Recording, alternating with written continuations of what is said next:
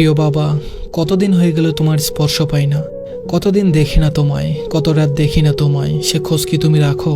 প্রতিটা সেকেন্ড, প্রতিটা মিনিট, প্রতিটা দিন, প্রতিটা মুহূর্ত তোমাকে খুব মিস করি বাবা। আজ 1 মাস হলো তুমি আমার কোনো প্রশ্নের উত্তর দাও না, তাই আকাশের ঠিকানায় চিঠি লিখছি। জানো বাবা, কোনোদিন দুঃস্বপ্নেও ভাবিনি তোমাকে কোনোদিন আকাশের ঠিকানায় চিঠি লিখবো, কিন্তু আজ নিরুপায় হয়ে লিখতে হচ্ছে। জানি বাবা, তুমি খুব ভালো আছো। সৃষ্টিকর্তার নিকট যে শান্তি চাইতে চাইতে তুমি চলে গেছো, নিশ্চয়ই তুমি সে শান্তিতেই আছো। তাই তুমি একটাবার স্বপ্নেও দেখা দাও না, আর আমার শত শত প্রশ্নের কোনো উত্তর দাও না। কিন্তু বাবা, আমি যে ভালো নেই, তোমাকে ছাড়া খুব কষ্টে আছি।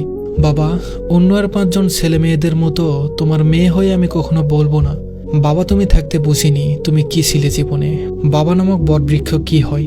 তুমি থাকতেই আমি বুঝেছিলাম বাবা নামক বটবৃক্ষের ছায়া কেমন হয়, বাবা শব্দের গভীরতা কতটুকু। পৃথিবীতে সবচেয়ে অমূল্য সম্পদের নাম বাবা, তাই আমি আমার কর্তব্য পালনের চেষ্টা করছি মাত্র। কতটুকু পেরেছি তা তুমি ভালো জানো, সেটা আমার জানার দরকার নেই। আমি শুধু জানি আমি ব্যর্থ সন্তান, কারণ আমি তোমাকে ধরে রাখতে পারিনি। সৃষ্টিকর্তার কাছে সবসময় একটাই জিনিস চাইতাম, আমার মৃত্যুর আগে যেন তোমাদের কারো কিছু না হয়।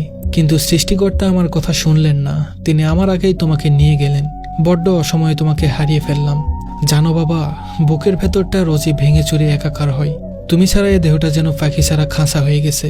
পৃথিবীতে বেঁচে থাকাটাই যেন এখন কষ্টকর। কেন এত রাগ করে আছো বাবা? কেন কোনো প্রশ্নের উত্তর দিচ্ছ না? কেন পূর্বাভাস ছাড়া হুট করে কেন তুমি ফাঁকি দিলে?